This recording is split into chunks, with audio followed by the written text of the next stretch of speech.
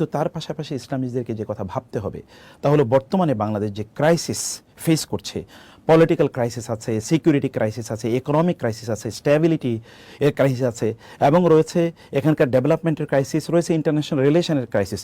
এতগুলো ক্রাইসিস সমাধান করার মতো এবং প্রতিবেশী দেশের একটা বড় ধরনের এখানে নজর আছে, ছোবল আছে, থাবা আছে, এবং এখানে শকুনের তাদের যে নজরদারি এখানে আছে, এগুলো সব কিছুকে ট্যাকেল দেওয়ার মতো একজন ব্যক্তির নাম আপনাকে বলতে পারেন?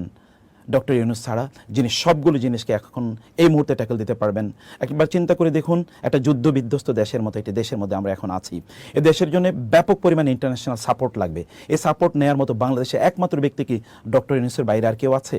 এবং দ্বিতীয়ত একবার চিন্তা করে দেখুন তো, যে আমাদের প্রতিবেশী রাষ্ট্রের আমাদের উপর যে ছোবল আছে, এর বিরুদ্ধে দাঁড়ানোর মতো একটা ব্যক্তি গোটা পৃথিবীকে একত্রিত করতে পারে, তিনি ডক্টর ইউনূস।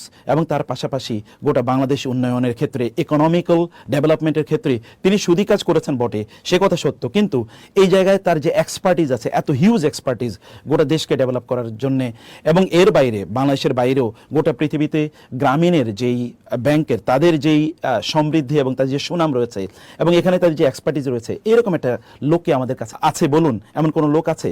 বরং আমি যেটি বলবো যে ইসলামীদেরকে এগিয়ে আসা দরকার। রাসূলুল্লাহ সাল্লাল্লাহু আলাইহি ওয়াসাল্লাম কি বলেন নাই, খেয়ারুকুম ফিল জাহিলিয়াতি খেয়ারুকুম ফিল ইসলামি ইজা ফাকিহু? জাহিলি যেগুলো লোকেরা, তারাও যদি ইসলামে আসে তাহলেও তারা সেরা হতে পারে। ডক্টর ইউনূসকে বরং আপনারা বরণ করে নিন, তার কাছে আপনারা যান, তার কথা আপনারা বলুন, তিনি বুঝুক যে ইসলামিস্টরা তাকে সাপোর্ট করছে, অতএব এমনিই তিনি মুসলিম, আর ইসলামের ব্যাপারে তার আরও সফট কর্নার তৈরি হবে। তাকে আপনারা বলুন, আপনারা তাকে দাওয়াত দেন। ওমর ইবনুল খাত্তাব রাদিয়াল্লাহু তাআলা আনহু জাহিলি যুগে রাসূলকে হত্যা করতেও গিয়েছেন, কিন্তু ইসলামে কত বড় সম্পদ তিনি হয়েছেন। আর আমর ইবনুল আস রাদিয়াল্লাহু তাআলা আনহুর কথা যদি একবার চিন্তা করে দেখুন, অথচ সোহাইল ইবনে আমরের কথা একবার চিন্তা করে দেখুন, মক্কা বিজয়ের সময় যখন সাহাবায়ে কেরামরা তার ব্যাপারে খারাপ কথা বলতে গিয়েছিল, রাসূল সাল্লাল্লাহু আলাইহি ওয়াসাল্লাম বললেন, না বলো না, তিনি একদিন মুসলিমদের পক্ষে তিনি শক্তিশালী ভূমিকা তিনি পালন করবেন। এবং তার এই মুখের কথায়, তার যে বুদ্ধিমত্তা, ডিপ্লোম্যাটিক তার যে বুদ্ধিমত্তা, এটা কোনো এক সময় মুসলমানদের কাজে লাগবে।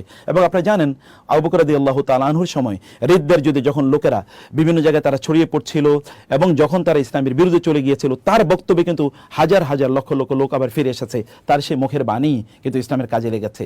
ডক্টর ইউনূসকে আমরা কিন্তু সেভাবে তাকে স্বাগত জানাতে পারি, আমাদের পক্ষে লাগাতে পারি, কমপক্ষে এখন ন্যারো চিন্তা থেকে বের হয়ে গোটা